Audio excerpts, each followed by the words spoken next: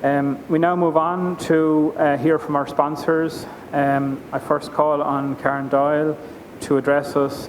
Karen is the Head of Business Development at Gas Networks Ireland. Karen is responsible for the development and implementation of the company's renewable gas programs to replace natural gas with renewable gases such as biomethane and hydrogen, complementing intermittent renewable electricity and supporting Ireland's journey to a cleaner energy future. Karen has worked in the energy sector for over 18 years, having previously been Head of Energy and Infrastructure at Ulster Bank, where she structured and delivered a number of landmark projects across the sector, including onshore wind in both Ireland and the UK, offshore development projects in the UK, CCGT, biomass and waste-to-energy projects, together with a number of portfolios of wind farm assets for both utility and fund clients. Karen also lectures on sustainable energy finance at UCD and is a board member of Wind Energy Ireland. She holds an MBS in financial services from UCD, Smurfit Business School, and a BCom International German from UCD. So we're delighted that Gas Networks Ireland is our sponsor, one of our 3 sponsors, and we now invite Karen to address you. Thank you.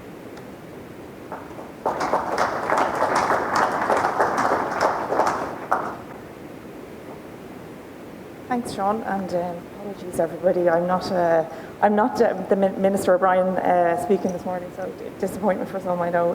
But hopefully, I'll try and give you a flavour of what's going on in our space in the sector. So, ladies and gentlemen, and really in particular the students that are here today, I am really delighted on behalf of Gas Networks Ireland to be here to address you all as a sponsor of this event. It's really important for us to be supporting events like these. I think education, knowledge, engagement, discussion, talking about the challenges that are no doubt in the industry is really important for us to be able to drive through to make progress. So events like this morning are really important for us to support.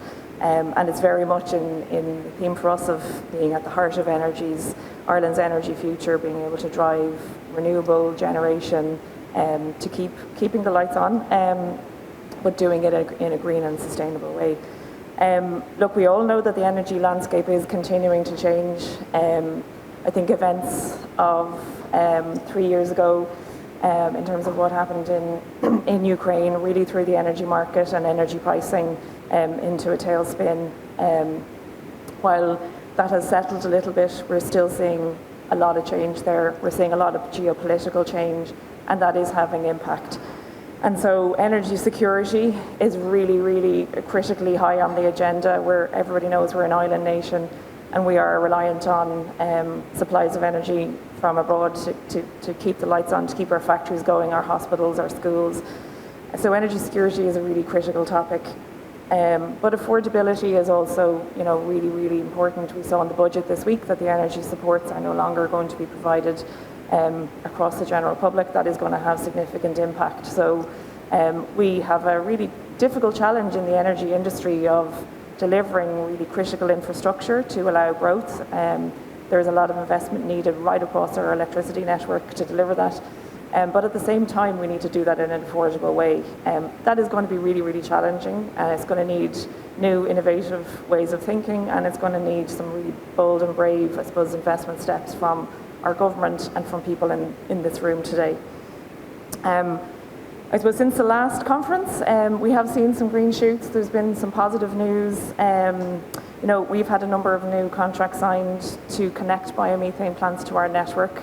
That's happened with the backdrop of a lot of uncertainty on the RHO. So I have to say, I'm pleasantly kind of, I won't say surprised, but it's really nice to see that people have the confidence in the Irish market to invest and to continue with their projects. So we've signed sufficient direct contracts to meet 10% of that national target.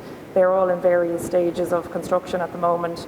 And for me, that's a really positive sign that the Irish community, the renewable developers, they want to get on with this. They have projects that they have spent a lot of time putting together, engaging with communities, and they see the finishing line and they're going for that, regardless of the fact that there's still a lot of uncertainty for them in certain areas. The latest of that project, and I know Pat is here today, is just down the road in Monster Evan.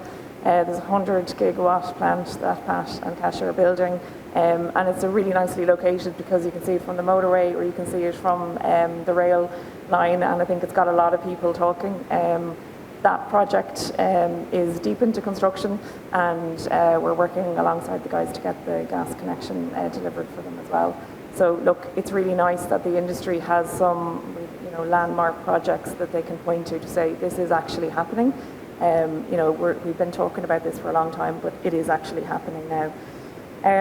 I suppose at the last conference there was probably a lot of excitement around the National Biomethane Strategy. We finally had a target, we had a plan, there was action points put together to deliver that plan. And I suppose, if I'm being honest, it's been slow in terms of moving forward with that plan. But we were really delighted to see that Minister O'Brien published the detailed design of the RHO during the summer, came out to say the multiplier was going to be worked on, that was going to have to go to Europe for approval.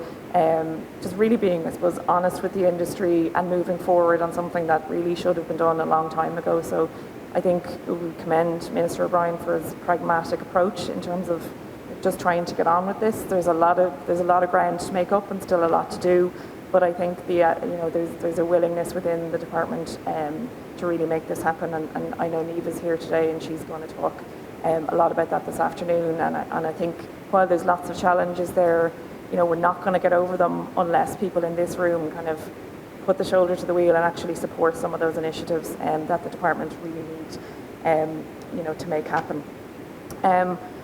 Look, I suppose while there's good progress on the RHO, we would say that the policy framework really needs to progress. We've been working very hard with the regulator to try and actually progress some of those key pieces that were in that National Biomethane Strategy, things that will make an impact in terms of the affordability of these projects. So things like the economic assessment, financial security, reverse compression, all of those items, we really need decisions on those. And we would look to this audience again when the regulator does consult to actually use your voice. You need to articulate how important these items are to the industry, to getting projects over the line. So look, we would urge you when those consultations land, and we understand they will be shortly coming out from the regulator, really to respond. Look, there's a lot of people in this room working really tirelessly to make this happen. And I suppose from myself personally and from the organisation, we would just really like to say thank you. The innovation and the passion and the dedication are really helping to drive this industry forward. We have progressed a lot in a year. We have 10% of projects in construction to deliver that 5.7 target, and there's a big number of them behind, ready to go. They just need, some of them need investment, some of them need those RHO details to land, but they're close. So I think when we're going to be here next year, we will see an even more positive landscape. Look, as I said, please do continue to advocate. If you don't use your voice, you're not being heard. We can see that there is a lot of sort of anti-biomethane, anti-bio sentiment that is coming into the industry. They're using their voice, but they're a very small minority. So I think the silent majority who want to drive on, you need to start speaking up. You need to engage. You need to tell people what biomethane is about. We need to, I suppose, take some of the anxiety out of communities to really just articulate, what does this look like? What does good look like?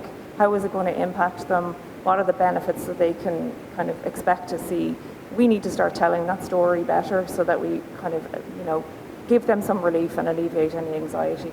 So look, I will leave it at that. I wish everybody a really good day today. Thank you, Sean and the team, for pulling such an interesting agenda together. And we will talk to you later. We're at the stand over there if anybody wants to come and say hello later. Thank you.